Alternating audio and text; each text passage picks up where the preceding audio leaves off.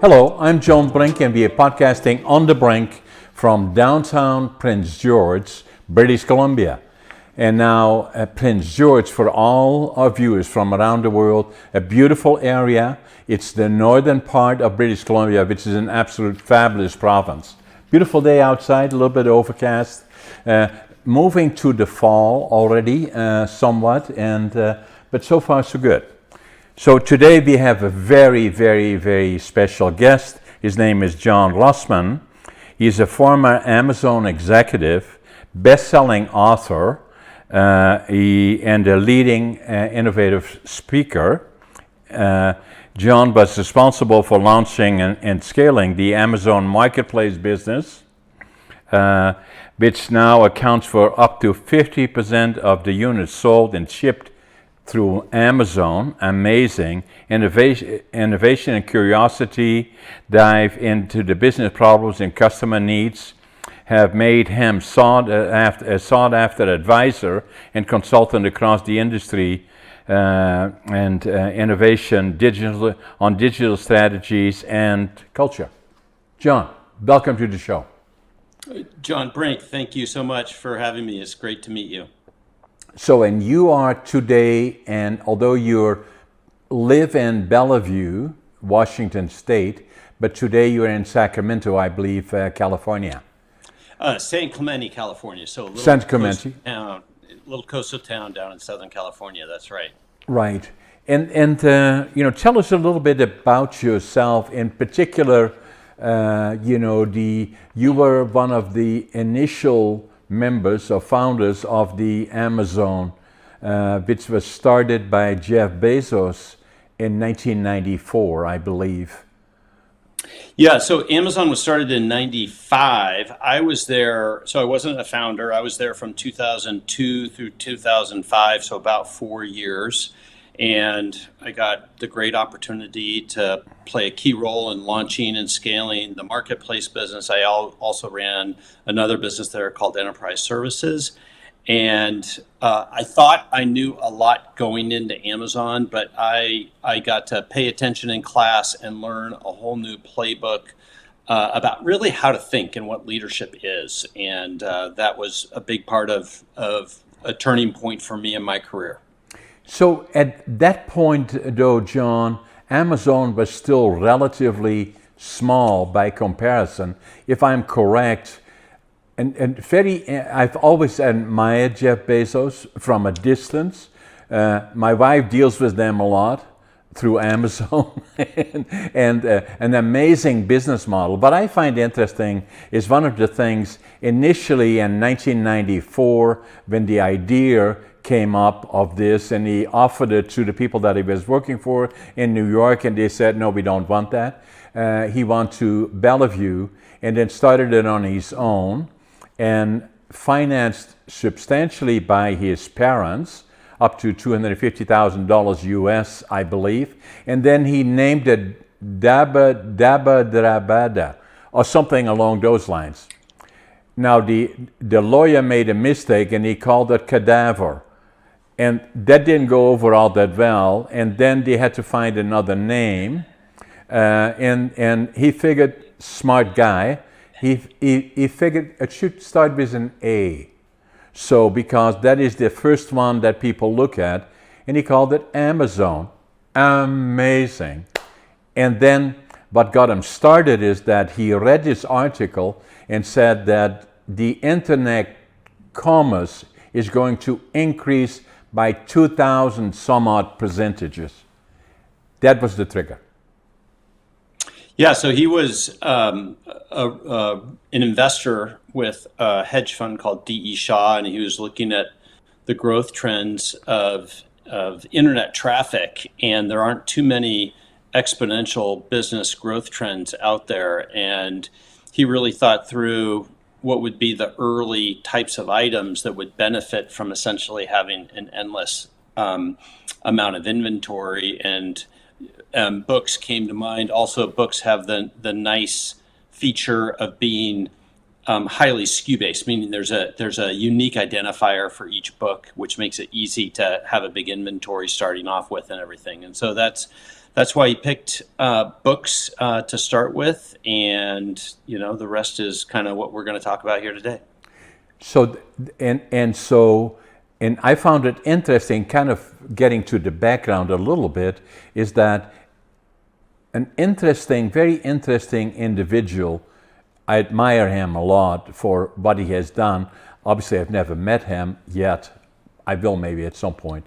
And now, the other thing that is a critical part, other people that I admire is, unfortunately, he's no longer with us, Stephen Jobs and Bill Gates. And the thing that they have in common, maybe that would have been my secret to becoming a multi-billionaire as well, is they all started in their parents' garage. And I didn't have a garage here. So, no, I'm just being funny. As I looked through it, and it was kind of unique that they all started somehow in the garage. And then the other part that I found so interesting is in that starting with books, and still the first person that bought the first book is still, I forget now what the name was, but I saw it somewhere. And then, in 2002 or somewhere around there, it changed the model from not only doing books, but other items. And initially, a series of 20 different products, and that's kind of what got it started. Yeah, so in 2002, 90% of the business at Amazon was books, music, video, and that was all first-party inventory. So we purchased the inventory, warehouse it.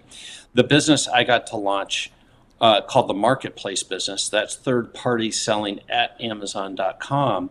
We leveraged that to launch 14 different categories over 2 years. So we started with apparel, and then sporting goods and music and gourmet and a ton of other categories.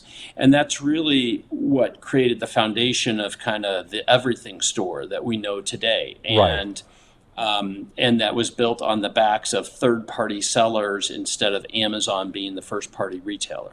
Right.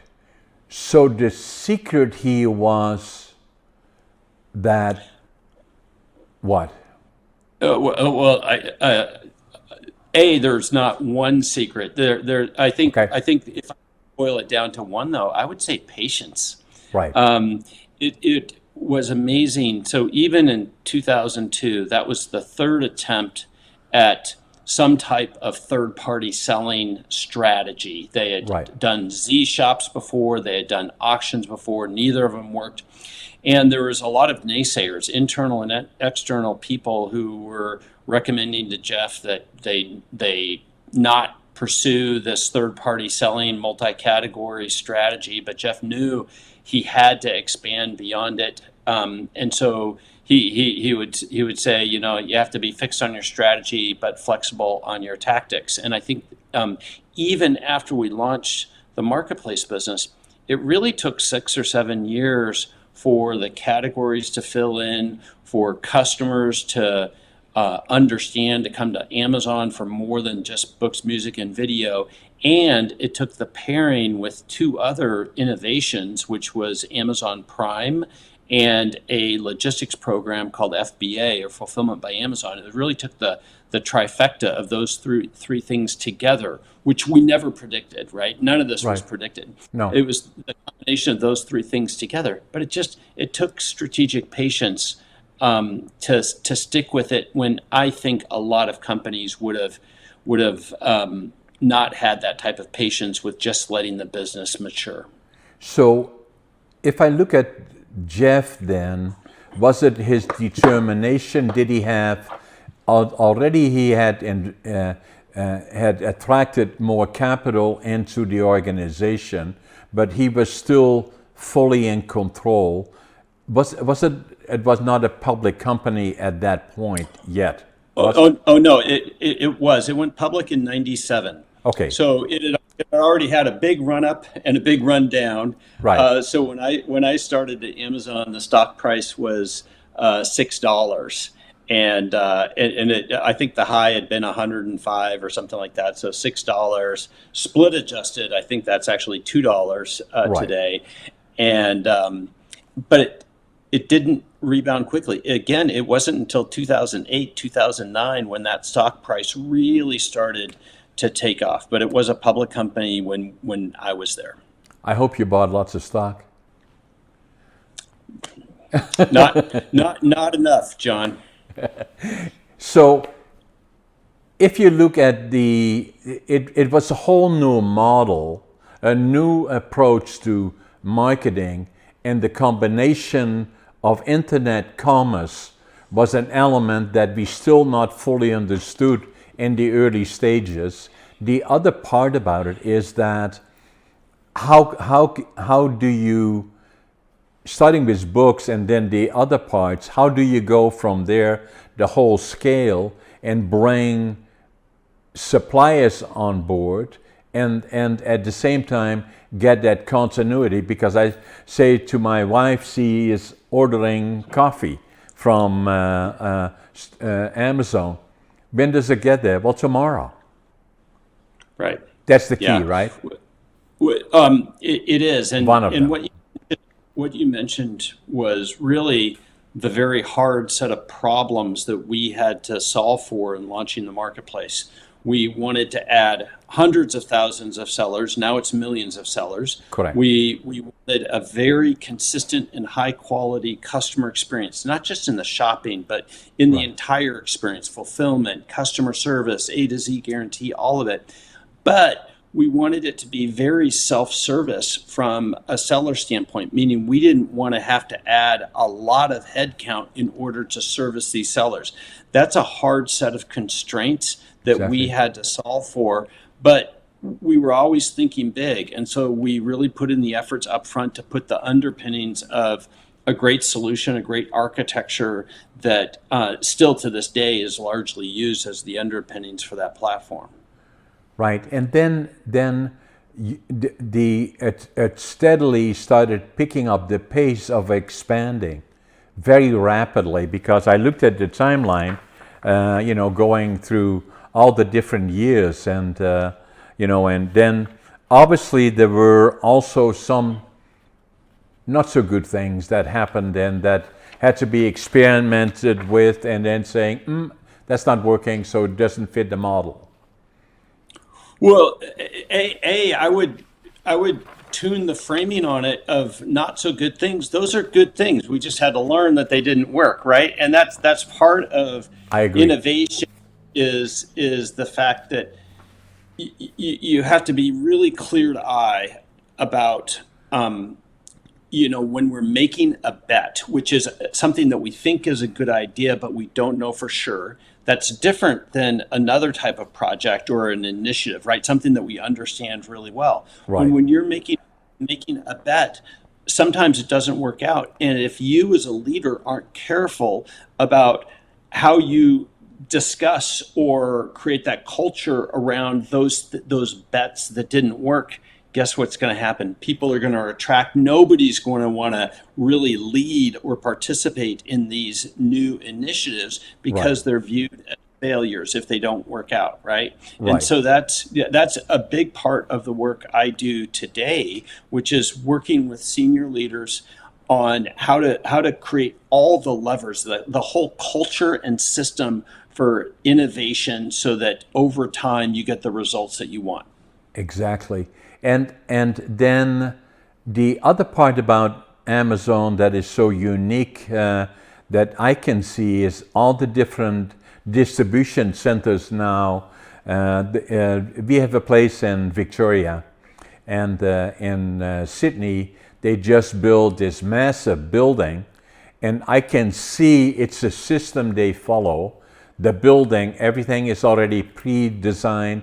The trucks that deliver are all precisely assigned to fit the client base. And at the same time, the way I view it is that it is getting ready for growth in the future, more so. Yeah. So, The first book I wrote is called The Amazon Way, and it's about Amazon's leadership principles and kind of my story at Amazon. The third leadership principle is called Invent and Simplify. And, I always find it surprising that, we viewed simplification and standardization as important and as hard as inventing, right? Inventing Right. sounds really tough to do. Actually, simplifying is really hard work to do. Some of the Exactly. edgiest work I get to do today is with companies to define super clear, simple, repeatable paths so that you can have repeatable processes like distribution that can truly scale. That's the really hard work that has to go on to create high velocity, high consistency, high quality types of processes like a manufacturing line or like a distribution line. And that is really hard work to do. And that just derived from kind of a few of the different Amazon leadership principles. So the other part about it, John, the way it appears to me, that Jeff Bezos is very, very involved as the organization is still expanding, but at the same time, he needs the best people around him that he can find, because in the process of being a good leader is being able to attract those that are even better than you are, or that can help in the process of inventing and simplifying and keeping things simple. There is a tendency, and I agree with the principles, where if it is too simple, then people tend to make it more complicated. And as you develop, as I see them develop into new markets worldwide, North America is one, then all of a sudden, I think some of the places, Europe is involved, India is involved, that create a whole new set of potentially complications, culture, and takes a whole different approach maybe in some of those cases. Well, certainly in the retail business, those geographies have very different regulations and they have very different logistics infrastructure. And that largely, and payments, I would add, is the other big difference, tax regulations, right? Right. And so the markets are very fundamentally different, and you have to adapt to the reality of those situations. And so while they try to have a very consistent customer experience, all based on trust and customer obsession, some of the underpinnings of it are very much impacted and defined by the environment that they operate in. Interesting. And then the other part, going a little bit further on Amazon, is that a little bit surprised to me in a way. They got also involved in brick and mortar in New York, I believe, and then they bought Whole Foods, which was kind of a whole different approach again. How did that fit? Yeah, so that's really just one of the bolt-on businesses that Amazon has evolved into. And I think it just comes from, the first leadership principle is titled customer obsession. And I think people think of customer centricity or customer obsession in a very tactical sense, right? Like, oh, we have to hustle and work hard to get today's customer experience right. And that's true. But I think that there's a different type of customer obsession also. And I refer to that as strategic customer obsession. And strategic customer obsession lets you look for new customers, new use cases, and really look at the customer experience much broader than how you're serving the customer today. And by having that strategic customer obsession, Amazon has expanded in so many different ways that we never saw coming in the early days and that nobody would predict. So it truly is a conglomerate business today, but those conglomerates are not separate units. They really are connected together in very real ways, and they gain synergy, right? That's the flywheel model that Amazon always views their business by. Each business has to be standalone and and a great business, but it also has to serve other strategic purposes into the connection of the other businesses within Amazon. And Under so the the umbrella. stores Yeah. under the umbrella, right? And so the stores are really just to help meet customers where they're at, and stores play a vital role in the customer experience, complemented with e-commerce. And so no doubt Amazon is still experimenting in a lot of their kind of physical retail strategy and presence. It goes well beyond Whole Foods. They have a number of different store types, and they've been up and down relative to their commitment. But again, it goes back to patience and being willing to stick at it when they're still figuring out the model. Right. And be flexible, or have the synergies to recognize it and then again see if it fits under the umbrella, and if so, where, right? That's right. Would my observation be correct, John, if I said, like, if I look back 10, 15 years, 20 years, in the early 90s, for all intents and purposes, internet was not big. It was still evolving, and we were still playing around with computers. I still believe that it is still an area of lots of growth and lots of potential, because now the world is a global place and a global market, regardless of the languages, culture, and all the other things. It is global. Well, John, you truly are thinking like Jeff Bezos. He has a saying that he refers to as day one. And when he's talking about that Amazon is a day one company, what he's talking about is that the opportunity to invent, the opportunity to innovate, the opportunity to build businesses on the internet, leveraging technology, is we're just scratching the surface. And I completely believe that. I know it for a fact, actually, relative working with my clients, that there's still so much friction, there's still so much inefficiency, there's still so many delightful ways to serve customers, and new capabilities that you can deliver, and new business models that'll be invented. So I truly believe, like, you're never at the end of history, you're never at the end of innovation. There's always an opportunity to both improve and to do something completely unique. And opportunity, right? In terms of under the technology and I came to Canada in 1965 from Holland, and and we would send a telegram to my parents saying, "I'm good, everything is fine, I'm healthy, hope you the same, send money," and blah blah blah. Stop. And now, we pick up the cell phone, we push a button, and we're communicating. You sitting and or sending money, right? Or sending money. It's everything has become so much easier, but it's still all beginning, and there are still huge opportunities in a number of areas. The key, and again, looking at Jeff Bezos, the trigger was when he saw the opportunity as internet commerce growing by 2,000%, triggered him, and obviously showed that he had that ability to, like Steve Jobs did in his time, Bill Gates and others, and more of those will happen as we go forward in time.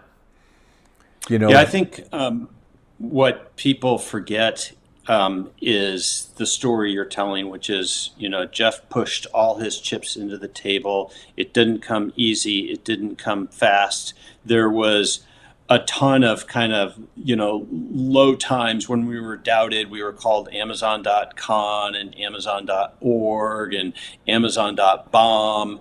And Jeff acted, that exact same way when others were doubting us versus when we were on a winning streak and everything. And I really admired that consistency of approach.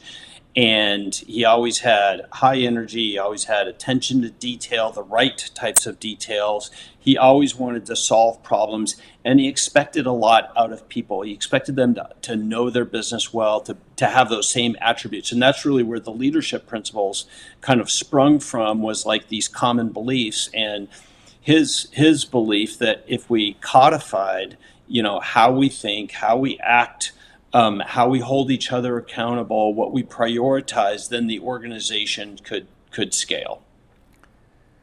Very much so, and I agree. Now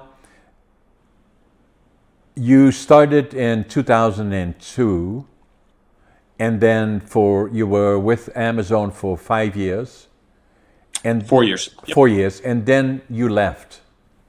Yes. Why?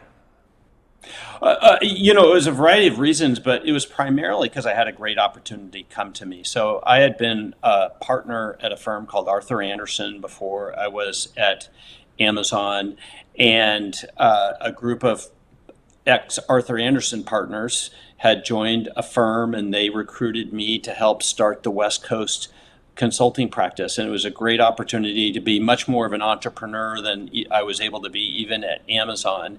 And it was honestly, it was a great decision for me personally, as well as for my business, as well as for my family. And so I'm super happy that I did that. But I learned so much from Amazon, and it was several years after I left Amazon. It was 5 years after I left Amazon. The Gates Foundation was a major client of mine. A client of mine at the Gates Foundation pulled me into his office one day, and he goes, "John, you do a nice job of taking the delicate strategies and techniques from Amazon and inserting them into our work. I think you ought to write a book about it." And so the smartest thing I did was I listened to him, and I talked him into being my partner on these books. I still work with Greg Shaw today. And so we released the first edition of The Amazon Way in 2014. We've done 3 editions of that book. We've sold over 200,000 copies of it. It's in 13 languages. Wow. And then we did a follow-on book called Think Like Amazon, 50 and a half ideas to become a digital leader. That's like the full playbook, all the mechanisms, all the tricks and techniques from Amazon. And so the two together are a nice combination of books. One's shorter, The Amazon Way. Think Like Amazon is a more robust read. Have you got them there? You can show us on the... I do, absolutely. Yeah, Yeah. I like it. Yeah. This is The Amazon Way, and we updated it in 2021, got a great new foreword written on it. And then this is Think Like Amazon. We published this in 2019. All available on the normal medias, and including Amazon, obviously. Yeah, and so we've got physical book, we've got a Kindle book, and we've got audio book. The audio book is a really nice listen. I purposely write in a way that makes for a nice listen on these books. Right, and then the third one you have? Well, the third one is a book on the Internet of Things. So it's kind of a strategy technology book, but I've got a new 4th book coming out early next year. My God, you're a big writer. Is that something that you've been thinking about for a long time? Or was it that Shaw said, you must do this? Yeah, I find it amazing. Sorry to interrupt you. I find it amazing because I know what happened, and that happens to all of us to a certain extent. There was a certain number of years in a setting that was stressful, and you could see things were happening, and you were able to be there while it did happen. Amazing, amazing benefits for the rest of your life. It laid then a foundation, right? Yeah, so I never envisioned writing books, being an author. I never envisioned getting to be a keynote speaker. I never envisioned getting to work with the types of clients that I get to work with. But when the opportunity comes, you kind of lean into it. And what I've found, and this is kind of one of the habits from Amazon that I talk about, is that forcing yourself to write things out is an absolute superpower.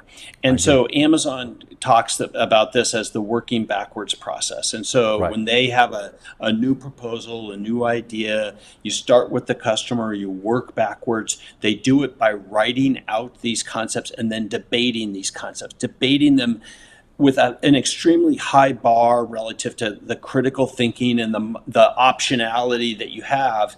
And what you find is that you're actually experimenting by writing and debating out your ideas. And so I've just fallen in love with the writing habit of to force myself to get to clarity and completeness on concepts. And, you know, if I'm going to be kind of in this business, I was given an opportunity. I'm really trying to take advantage of it and frame and pass on to others the types of experiences and give people playbooks, like tactical things that they can actually do to be a better leader for innovation and transformation. Yeah.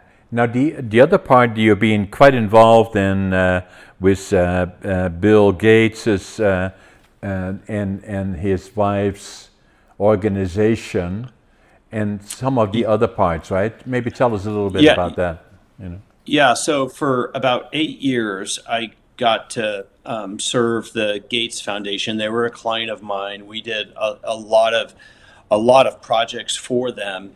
The cool thing about the work that we got to do, so the foundation is our strategists and funders, right? They don't execute the work that they want done. You know, they have 3 major programs: U.S. education, global sanitation, global financial services, and they funded us to work on their behalf with many of their grantees to put in the actual experiments and the actual innovations that they wanted to do. And it was just super fun work. Got to work with amazing people. We were given great resources.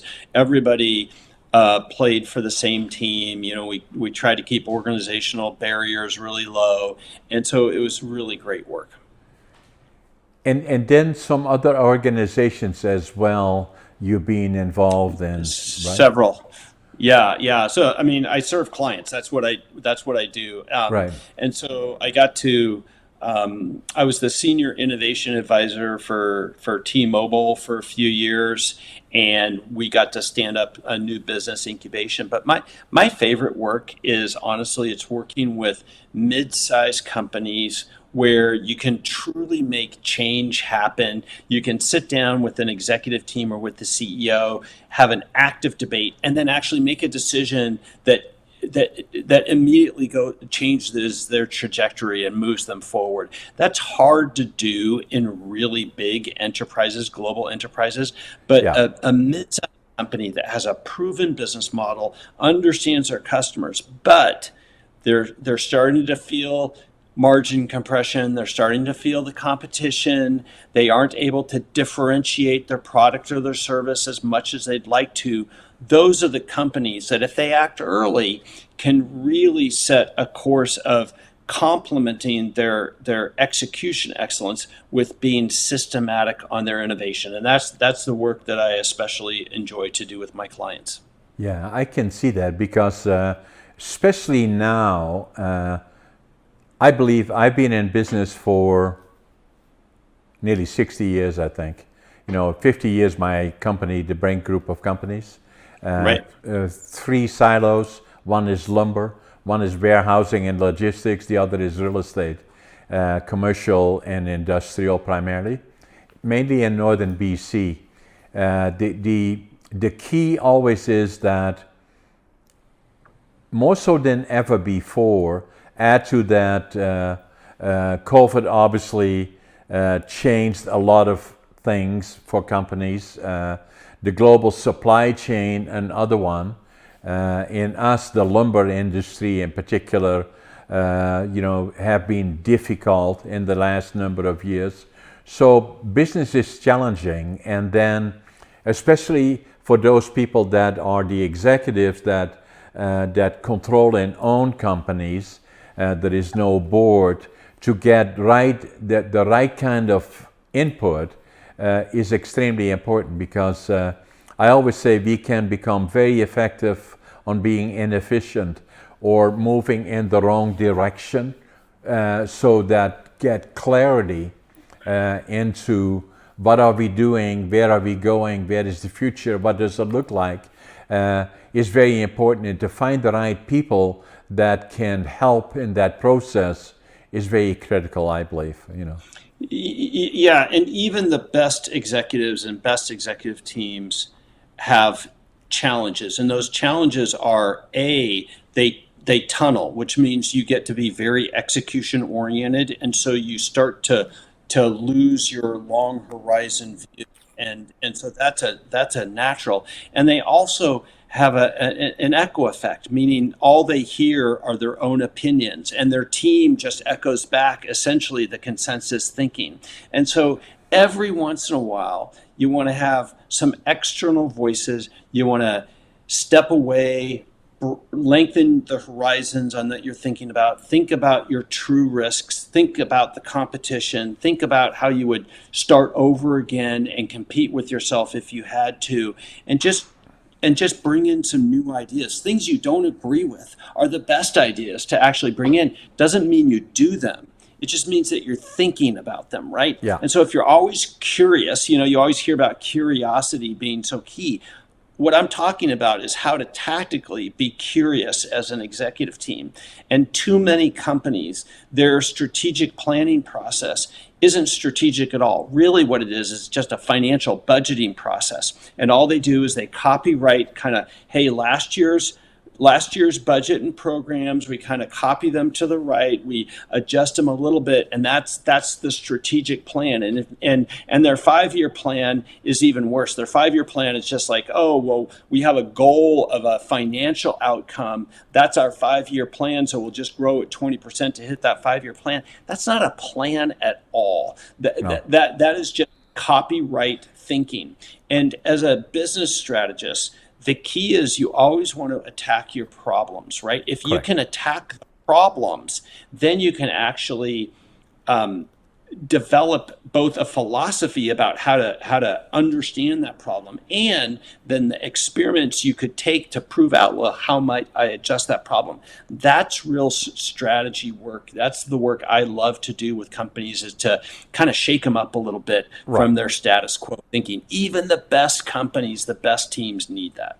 Yeah, and the larger companies are not good at that particular, because they seem to get stuck in a particular rut, where in the medium, smaller companies, even like ours, what is important to me is to think forward 2 years, 5 years, 10 years, 15 years, 20 years. Where are we going? What should it look like? And and then don't be afraid of give some close thought to it. Do your research, bring in other ideas, not indifferent than what Jeff does, and look at it from the customer up or from all different directions. And then we know one thing for sure: things will look different. Will we be there as a company, and did we take advantage of the opportunities, or did we get stuck in a mold that is going to disappear? And a lot of the names on the buildings will no longer be there. There'll be different names. Right.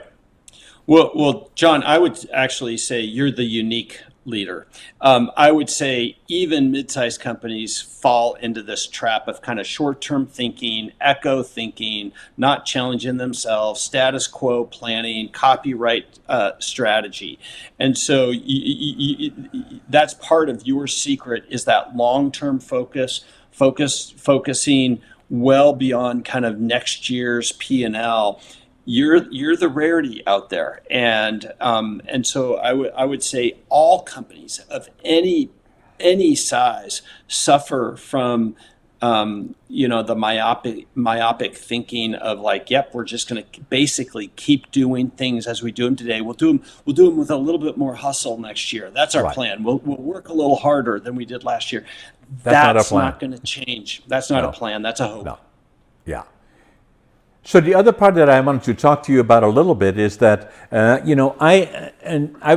grew up in Holland, as you may know from my bio. I also am an author, and I do know that. Yeah, and so so one of the same experience as yours is that a long time ago people said to me, you should write a book about your background, and so I thought about it for 20 years, started, stopped, and then now at nearly 83, about 5-6 years ago, I said, if I don't do it now, it's not going to happen.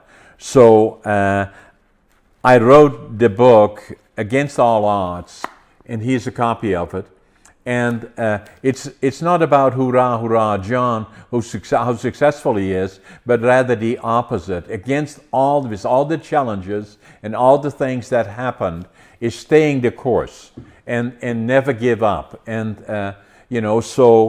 and that's what this book is all about. It took me 80 years to live it, 20 years to think about it, 2 years to write it. And it's an autobiography, and it's not, and as you well know, an autobiography, you can't write it and say, it's not what it should be, so I'll do another one. The first one had to be the right one, and my equipment was not all that good, although I'm amazingly a good writer. And I was born in Holland in 1940. Still remember the end of the war. Things were very tough, and it was a difficult time. The Canadians liberated us April the 12th, 1945. And then I was not very good in school, John. I failed grade 3, and I failed grade... We share that. I like it. And I failed grade 7 3 times. But I had this dream. I failed first grade. I love it. I love it. And so I've never told anybody that before, by the way. I love it, John, because and so in spite of that, I'm a good writer and I'm very good at numbers. And now the other part that you may find interesting, you likely already know. So this is the first book that I wrote, and it's all on the major medias and all over the place. So, and then the other one is that I felt I had been a failure in Holland, but I always dreamed of going to Canada and building my own lumber mill. My grandfather was a master carpenter. My dad had a small lumber mill that he managed. He didn't own it. And so I tried to go when I was 17. My parents wouldn't let me. And then I won when I was 24. I was drafted into the Dutch Air Force at 17 for 2 years, 18 for 2 years. And then I came to Prince George, and I wanted to do something on my own and prove to me that I had the ability. So I left Amsterdam, it's $150, 2 sets of clothes, 3 books, and then I knew I wanted to go to British Columbia because that's where all the timber is, to build my own lumber mill. I arrived in Vancouver, couldn't speak the language, didn't know a soul, didn't have a job, talked to a German fellow. Fortunately, I could speak some German, and I told him what I wanted to do. He said, go to Prince George. That's the boom town, that's where the opportunities are. So when I came off the bus in Prince George, my employees made this for me. I had $25.47. I was wondering what that was in reference to. Yeah, and then underneath it says, that is my foundation: attitude, avoid the negative; passion, find something you love to do; and work ethic, but will follow, is success. And so the other part about it that you may find interesting, all my books are 2547. Reminds me of that. Now the other one that that's great. So the other one that I want to talk to you about is that so I was already here in the 90s, and my company was very successful, and everybody said, oh, you're so successful, and I didn't feel that way. I still felt I had failed. And I walked into a store, and for whatever reason, I opened a book, and the book title was Driven to Distraction and ADHD. And I said, oh my God, that's me. And I wrote in the book in Dutch, now I finally know who I am. And for a long time, I was ashamed of it. even then, because there was a mental issue, the stigma around it. And, it took me 5 years before I told my friend, my doctor, delivered our two daughters, that I walked into his office and he said, "Hey, John, why are you here?" I said, "I think I got ADHD." And so we checked it out, and I do.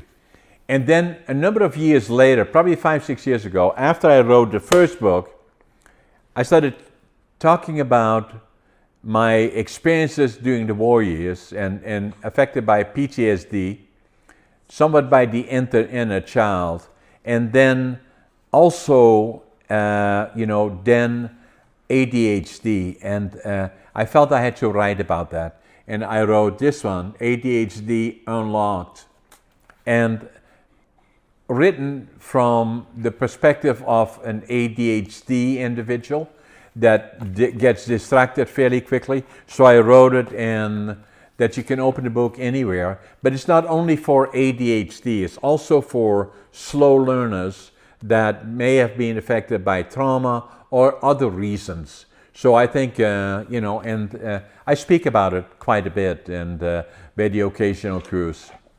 So here's the real question, John. What's your next book? Well, let me give you one more. This one is Finding Your Passion, Living the Dream. And they are all audio, and for me that was important because and then what should beg the question, so John, after all these years and all the struggles up and down, are you living the dream? I say, absolutely I am. Every single day I get up at 5:30, I think I'm late, I always make my bed, and I'm in a hurry because every single day. And now I come to my next book because I'm like you, I'm working on my fourth one now, and that is Living Young, Dying Old. And that is staying fit and doing all the things to stay healthy physically, mentally, and so that's the next one that comes out in June of next year. Well, congratulations. You're an inspiration to me because you epitomize all the things that I both believe in and that I'm striving to achieve. I'm almost 60 and people are asking me like, you're going to retire. It's like, I go to the gym in the morning. I have no other hobbies. Like, I love the work that I get to do. Yeah. And so I am in a position and want to stay in a position where I can continue to contribute to my clients in this way for as long as I want to. And I absolutely believe in everything you're talking about relative to, the physical preparedness in order to do that. I love it, John. The other part is that I was not a good speaker, and I had anxiety of talking to people more than 2 or 3 in a group for all the time that I was here. And then by coincidence in 1990, already being quite successful, although not in my own mind, somebody said, "I want you to come to Toastmasters." And I said, "What are they doing there?" "Well, they, speak." And I said, "I'm not going to go there if they ask me any questions." He said, No, just go there. And so I went down there with my ex-sister-in-law. And then middle of the meeting, it was interesting. Middle of the meeting, somebody said, "Hey, John, and how about you? Tell us about you." And I said, "Oh, my God." I was there for 10 years.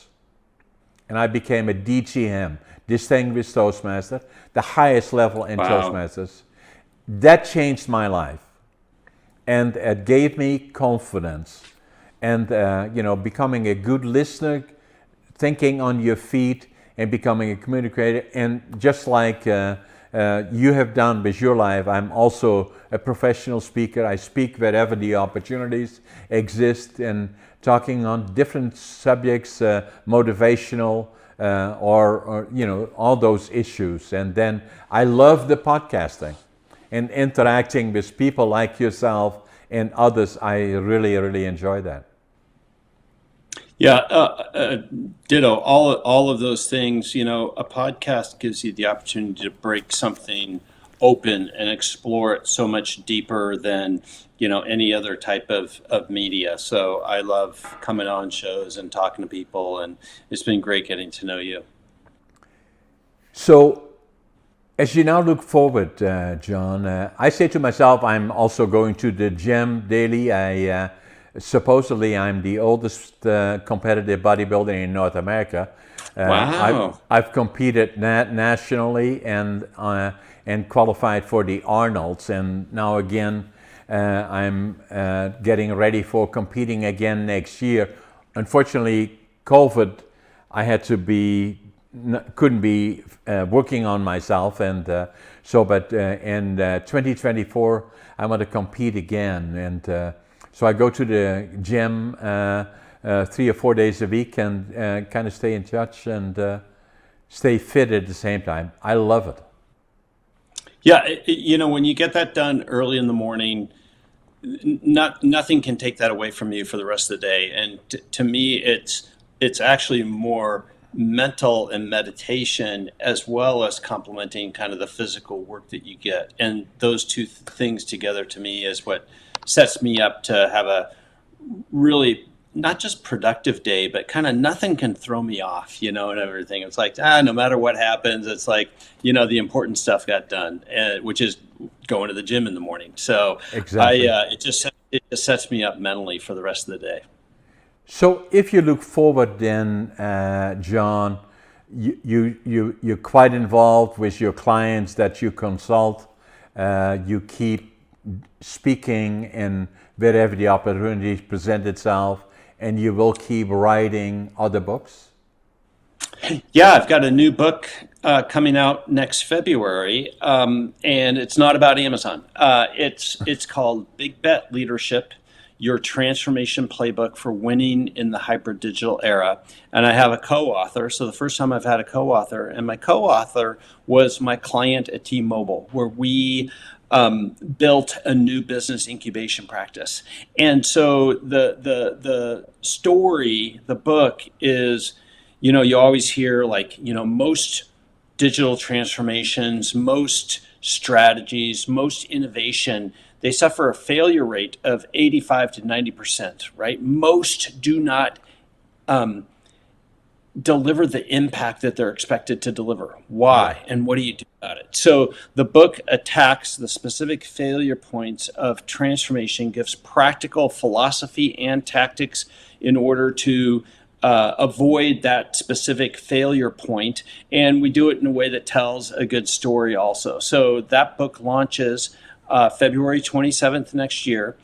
But I've got a special offer. So if people go to bigbetleadership.com, fill in the form, I'll send you a free Kindle version of the book when it releases next February. And the only thing I ask, and it's a request, is that they write a customer review for the book. So it'll be a really nice produced book. It'll look great digital, be in hard copy and audio also. But I'll send you a free Kindle version if you go and fill out the form at bigbetleadership.com. I love it, and I want to purchase the other 3 that you have as well. No. Let me send them to you. I want to send them to you, John. Are you going to sign them? I'll send you these 3 Also, that we have. that's Yeah. a deal. That's a deal. I'll sign them and send them to you. I'd love to do that. So now as you go forward, you're very active on the podcasting, and you're very active speaking, so it raises your profile.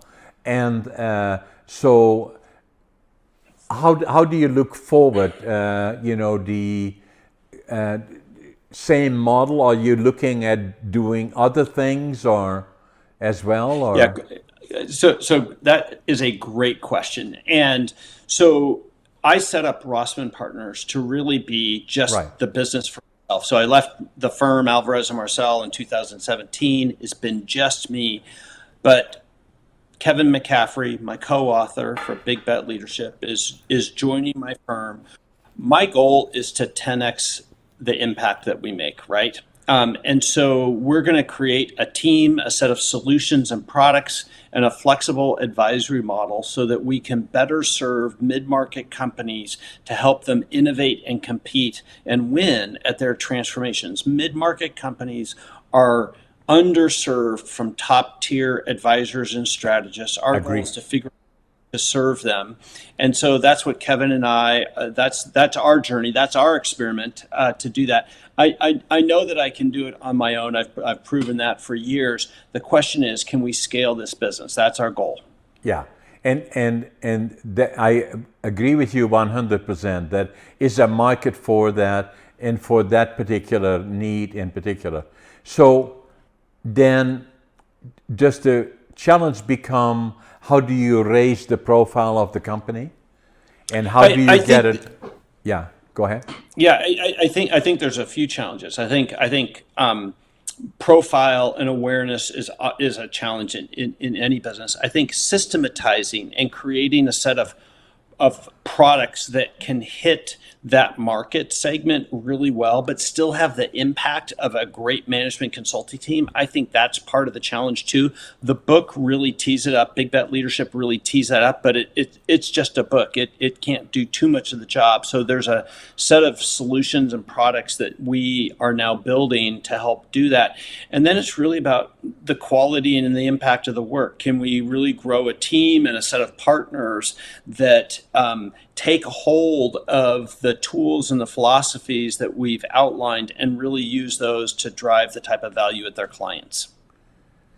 So that likely may well mean that the company, although there is the two of you now, could expand if that need arises?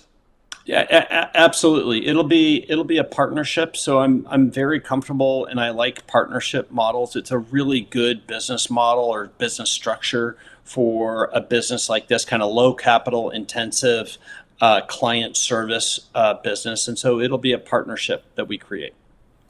Excellent.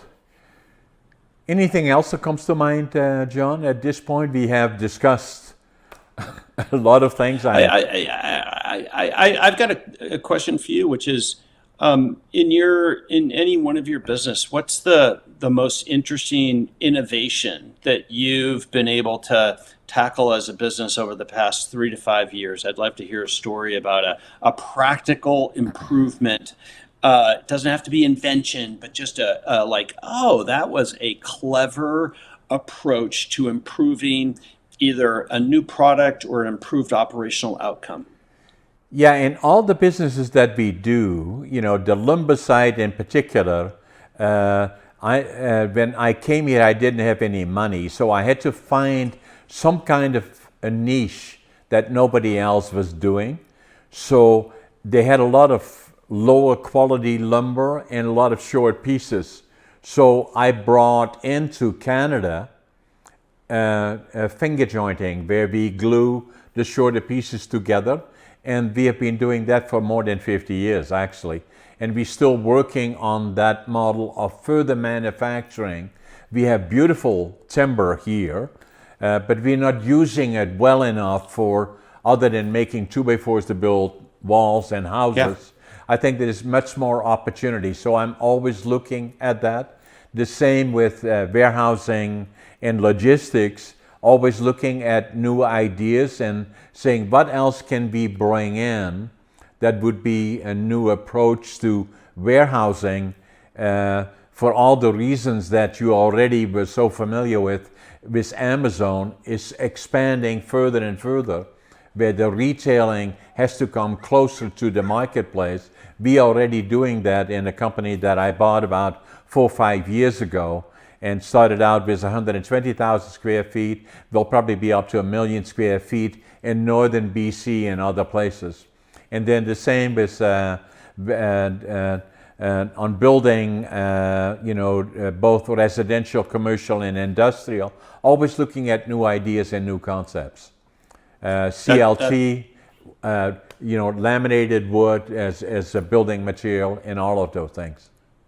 Yeah, I got to serve a few forest products clients, and it's a fascinating business. It's so complex. It's really complex from a data and from a systems standpoint, because both the raw material and oftentimes the finished products have a wide set of variations to them that make it really difficult to have the right systems and understanding what your inventory is or your costing approaches or any of those things. So it's a fascinating industry. Yeah, and it comes back to, again, Jeff Bezos. What he says is that keeping it simple and not complicated. A lot of the companies have become so large, being very good at doing the same thing over and over again, not looking Yep. enough at innovation. And in the forest industry, as I see it now, in BC in particular, but in Canada, is in a transition mode, and that means, to me, opportunity. And it's a lot of bigger companies are not very good at this, but that offers opportunity.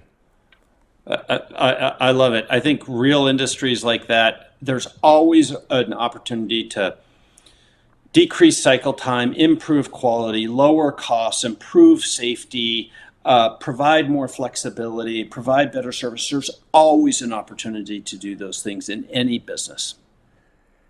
I very much appreciated our conversation, John. I hope we stay in touch. And, thank you very much for your podcast. Well, thank you for your time and preparation and such a thrill to get to know you. So thank you, John. Thanks, John.